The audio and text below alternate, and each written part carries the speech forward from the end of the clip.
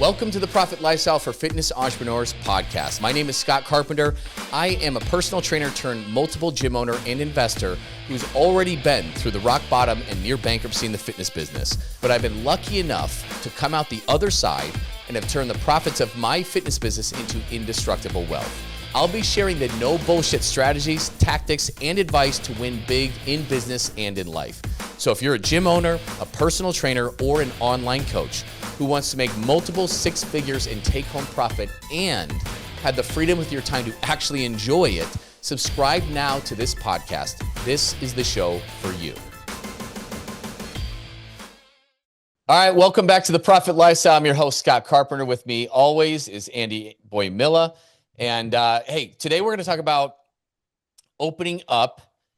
deciding to open up or not a second location. And this is for brick and mortar gyms or whatever your business is. But if you're thinking about opening up another location, whether it's a second one, a third, a fourth, what do you want to consider? What do you want to consider? Because a lot of times we always think more is better. And sometimes it can be. Sometimes it can't be. But a lot of times it's like, where do we go from here? Let's say you've got a location that's going very well. You're an ambitious person. And so you naturally think, I want to open up a second location. Is that the right move for you or not? And the answer is a lot more nuanced than you might think. But for a lot of us, we think, hey, continuing to grow and get bigger, whether it's making more money or just growth for the sake of growth, because we're all growth-minded, we're all abundant-minded on this podcast. Sometimes we think that's our only avenue because we don't know what else or how else to grow as well, right? And so naturally, it's like a second location.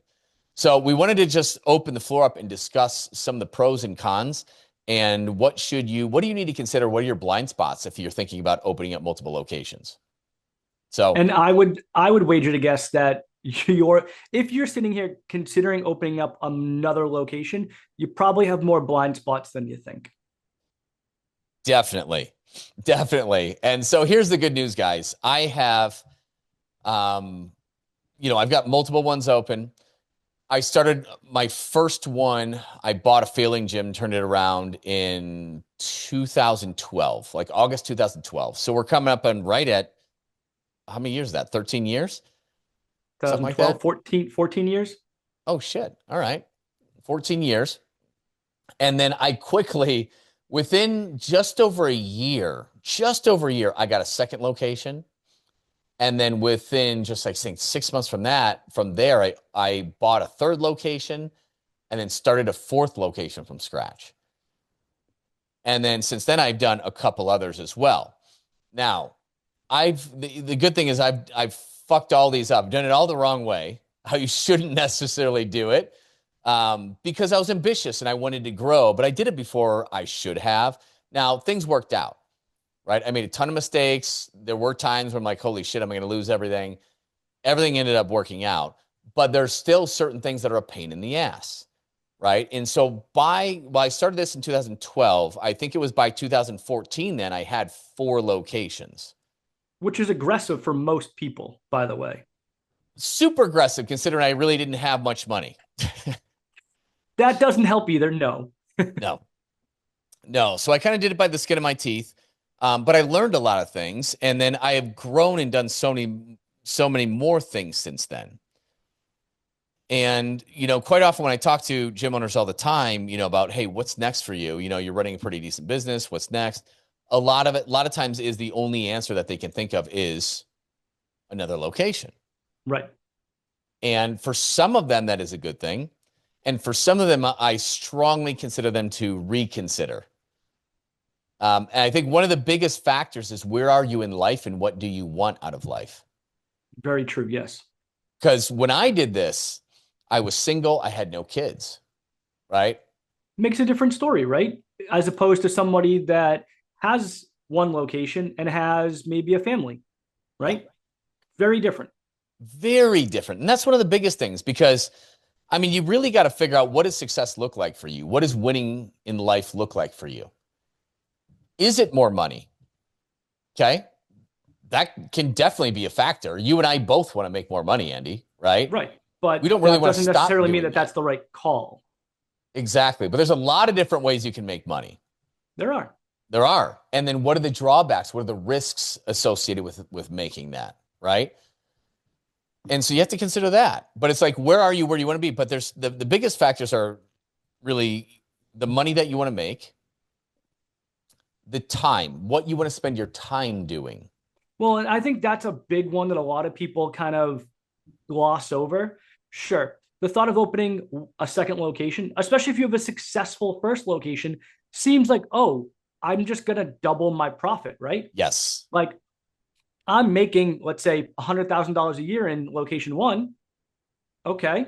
And let's say even for a great operator, you're working maybe, I don't know, 10, 15 hours a week, right? Which is probably very minimal for someone that's bringing in $100,000 a year, whatever. You're like, oh, if I just open up location two, I'm still going to work roughly 10 to 15 hours a week and I'll make $200,000 a year, right? Not so much. Probably not. Probably You're not. probably going to add 10 to 15 hours of work a week. At least, if not more. And your first location will probably subsidize your second location for quite a while. And you'll be making less money by working way harder and increasing your risk. Or even worse, you spend your time and attention on location two, right? Which then ends up killing your golden goose because you've neglected it instead. Yes. Yes. And this can easily happen. So here's the thing, guys. Easily. And I see it all the time. I'd say it happens the vast majority of times. And it's a lot of times it takes somebody 2 or 3 years to get back to making the same amount of money. Right. And then moving it the other direction. And it can take longer. So not only did you just stress yourself out for 2 to 3 years, put more on your plate, you probably end up in the long run making less money than you did before and spend another 2 to 3 years rebuilding everything you've kind of let waste away while you were focused on location two. Yeah. Yeah. And it's not all doom and gloom. I'm just saying this happens the majority of the time. This does. Right. And I think we underestimate, because once we get our first location, we're doing great, right? And we're buying back our time. High, you're amped up. You're like, yes, I've got a business model that works. I know how to do this, right? Especially if you're a long-term operator. If you're like, oh my God, after 5, 6, 8 years, you're like, I finally did it. I know I've made all the mistakes. I've got this down. I've got it. It's like a well-oiled machine. I'm just going to copy and paste. And it doesn't usually work out that way. We quickly forget how long it took to figure all that shit out. Right. And when we drastically underestimate how hard it is starting from scratch. Yeah. Starting from $0 and generating that kind of revenue and to meet cash flow, all that kind of stuff.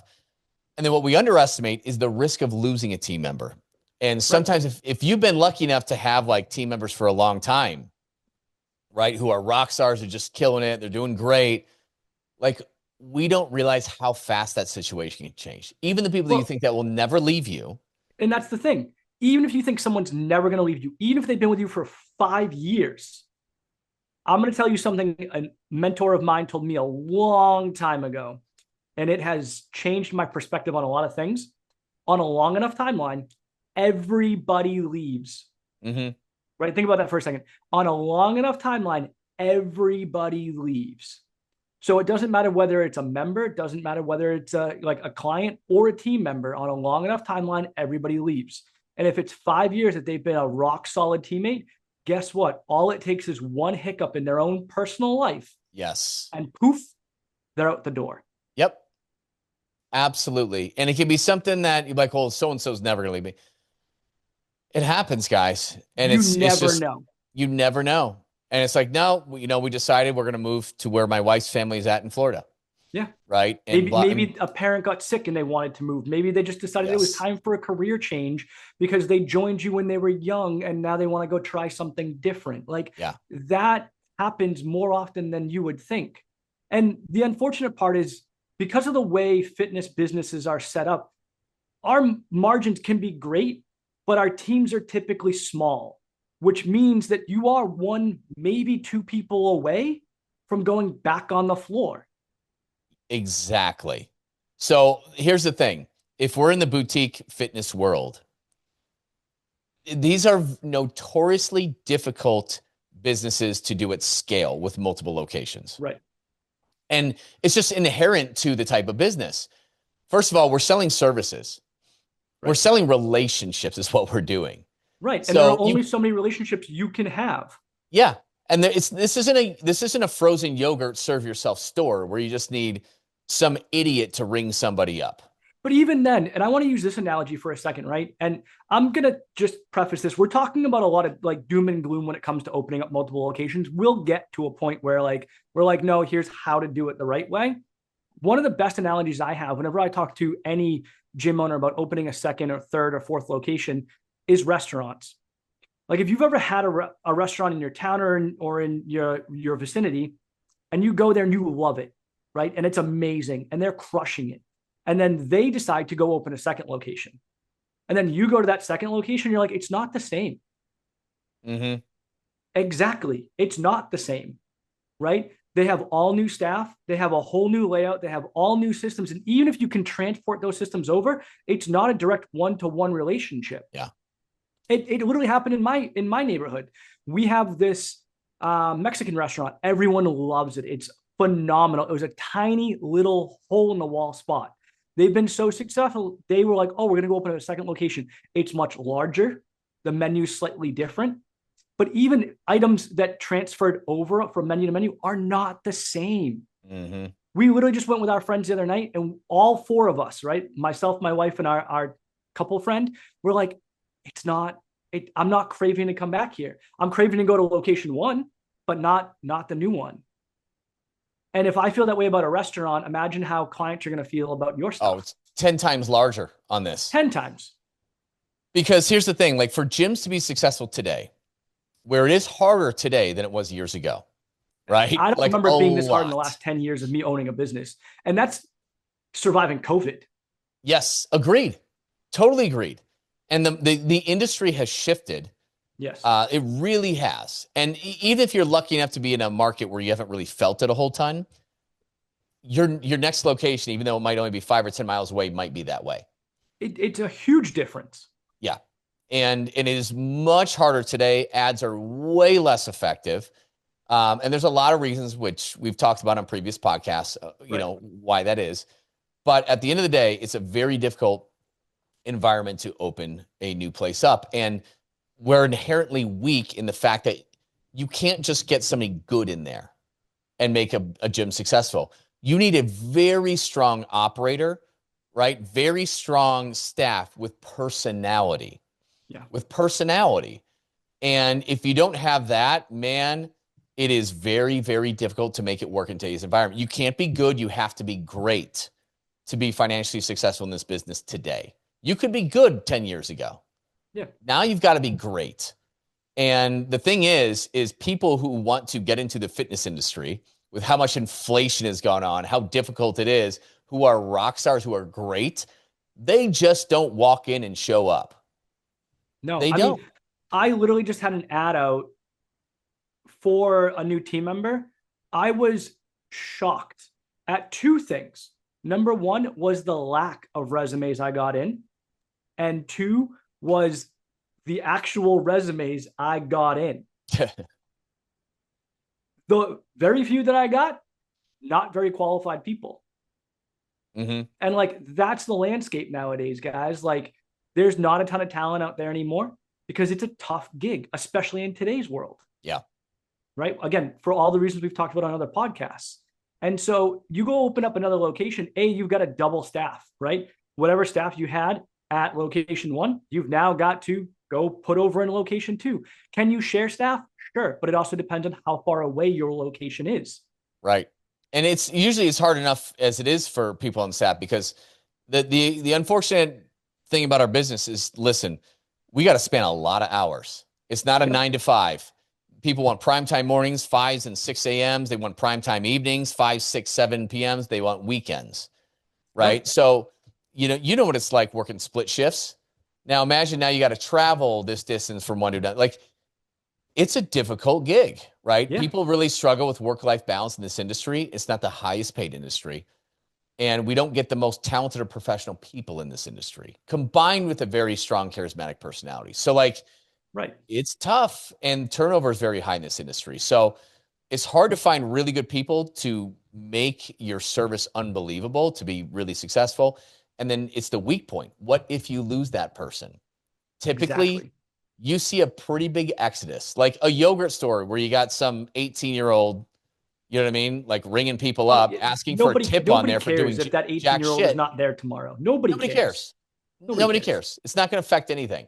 You lose a really strong personality on your team, you could see 30% of your business vaporize. Oh, and if you're a personal training studio, it might even be higher, Yeah. depending upon how you've structured your relationship between your team Yep. members and your clients, right? Yep. And that's the thing. You lose one person, you've got attrition, you might have to be back on the floor. How are you going to run a second location if that's the case?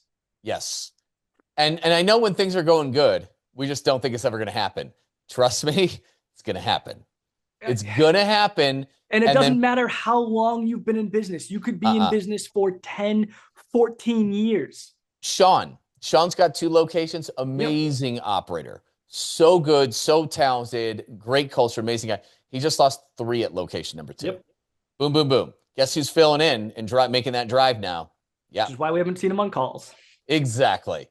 Guys, it can happen to anybody, it can happen to you. Now, if you get a 3rd, 4th, 5th, typically you've got like a little bit deeper of a bench that you could borrow from or move somebody if they're willing, and depending on distance and location, stuff like that. But when you go from location 1 to location 2, there's a big gap. You're really increasing your risk tremendously. Yep. And let's say you're killing it, you're making 150, 200K profit at one location. You're like, cool, I'm going to do a second location. I'm going to go to 300 to 400 grand in income. Listen, I'm not totally being negative about it. I've done multiple locations. It all ended up pretty well for me. But it doesn't take away the fact that these are inherently very unscalable businesses, and how I have grown in different ways with business coaching, with wealth coaching, being able to give speeches and seminars, help other people like you, the listeners, build a profitable business, build wealth where you create passive income, right? Where you don't have to rely on the business as much, which is great. These things give me so much more joy than anything else. That I have no passion for working with the end client now and helping with their problems. Like, it doesn't interest me in the least. And like, I've got some gems. One way I've been able to do this successfully is I had the operator or GM buy into the business. Right. Because they've proven themselves and they bought in with their actual money, which is 1000% important. They have to have real skin in the game. Right. They're not going to want to. Right. Nope. Yeah. Do they want to walk away from putting in $40,000, $50,000, $100,000 into a business? No. Most people are not going to walk away from that. Right. So and they've got skin in the game, right? Yeah. If they have ownership, the success of that business directly reflects how much they bring home. Mm-hmm. And that's the thing, is like, when you structure it that way, it's a different ballgame than just simply you being the solo owner and operator, opening up multiple locations and just staffing it with a part-time, possibly even full-time team. Yeah. Because those team members can up and disappear like that. But someone who has come in, has skin in the game, and is part partner, they're more likely to stick around. And that is a big difference. Yep. And even then, you still want to structure your operating agreement the right way so it protects you from worst case scenarios. And because it'd be a nightmare if you got an operating partner who just says, yeah, I don't want to do this anymore. Yep. You know what I mean? Now what do you do? And you still they still have equity. So like, you have to do things the right way still. There's weaknesses everywhere. But you can really mitigate a lot of that. I got a couple locations where I don't really have that. And those are the ones, as I'm growing and I'm doing more things, I'm doing bigger things, it's like, I don't have time for that shit. And if I want to really get it back to where it was a couple years ago, it's gonna have to require more of my work, but I don't want to do it. Yeah. Right. And so that's the big thing. Do you want to do it? Because there are other ways you can grow. We have a lot of other people that we work with that are growing through their investments in real estate, in infinite banking, or they're growing by being able to bolt on medical wellness programs that we've taught them how to do, right? GLPs and peptides in conjunction with a doctor to handle that, but they're growing online with virtually no overhead. That can, and like, super high profit. Right. I mean, Julie's doing 40K gross a month, and probably 80+% margins. Yeah. Around that, right? And there's like no overhead for her. Right. There's no overhead for her other than she pays us to help be your business coach. Right. And Right. she's got some software and things like A that. little bit But of software. overall, like, yeah, her overhead But comparable to like oh a brick God, and mortar, much less. much less. And she can work from anywhere. She can travel as much as she wants. Total freedom, right? I know she just bought a new short-term rental in Georgia, I Yeah. want to say. Yep. Yep. And that's awesome. That is Yeah. so cool. And that's the thing. Like, I want more freedom. And so, like, it was different when that was the only path I thought I could make money on, was multiple locations. It was different. I had no kids then, right?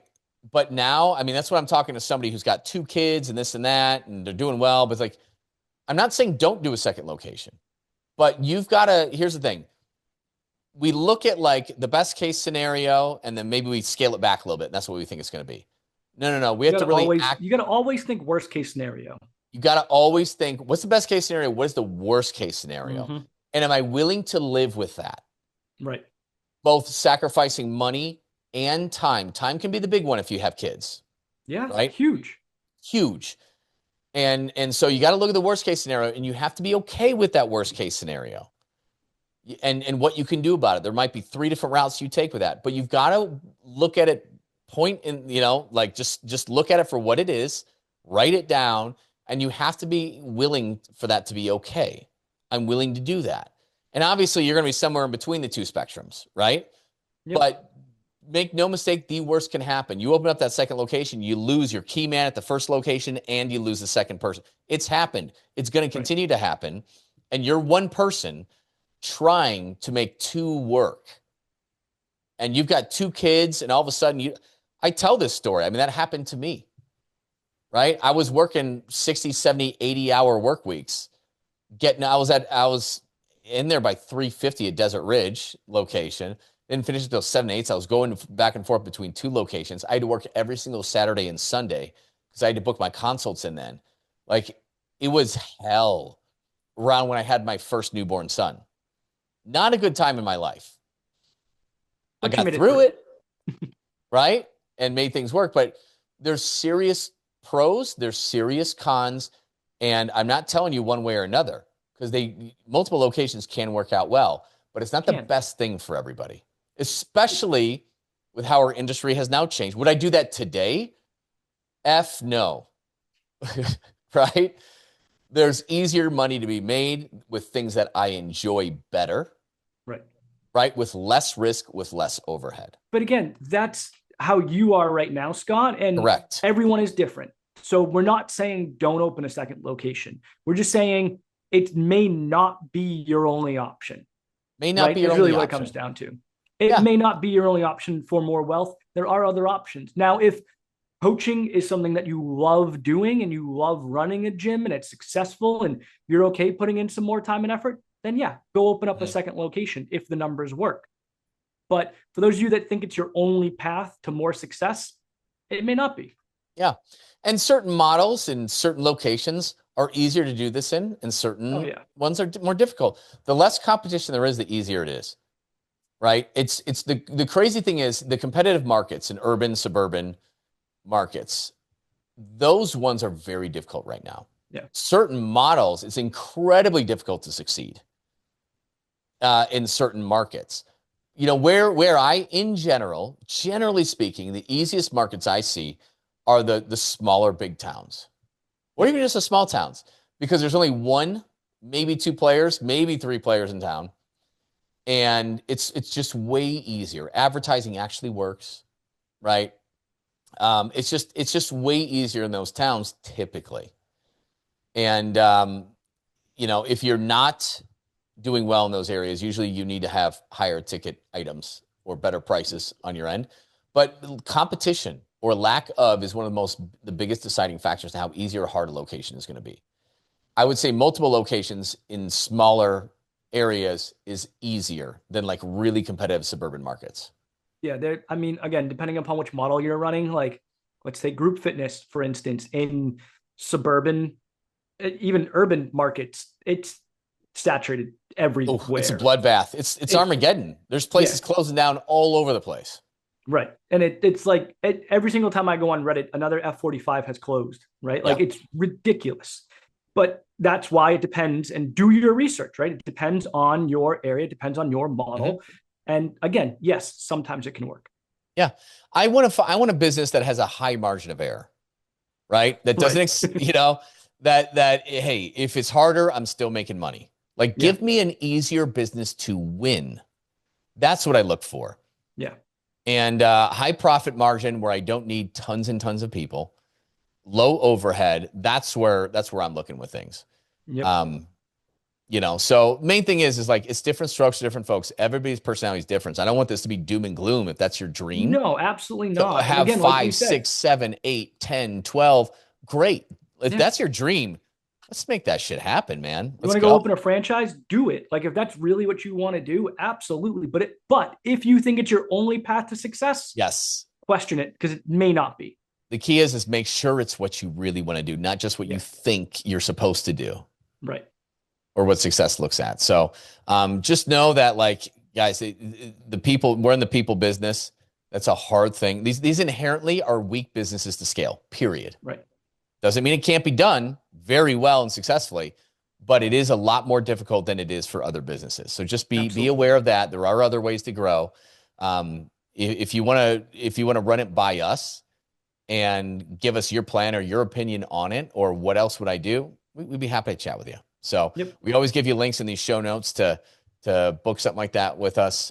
So feel free to do that if you want to pick our brain on that one. Awesome. So I think that's it for today. Yeah, I think that's it. So appreciate you guys listening in, and we'll see you next week. Listen, if you're stuck and could use some advice in your business, whether you're just starting out, a veteran in the business, or expanding online or into multiple locations, you can hop on a free call with us to pick our brains at ptlegends.com/one-on-one call. You can see that in the show notes. That is with numbers. Chances are we'll be able to help you get some clarity on what you need to do specifically in your business to get to the next level. It's not a sales call. We'll connect you with the right resources to help you solve your problems. But if you want to learn more about working with us, that's cool too. We can share that information should you want it. So book your call now to get out of the rat race before your week consumes you, which is easy to do at ptlegends.com/one-on-one call. That's with the number 1 on the number 1 call. You can find this in the show notes. See you soon.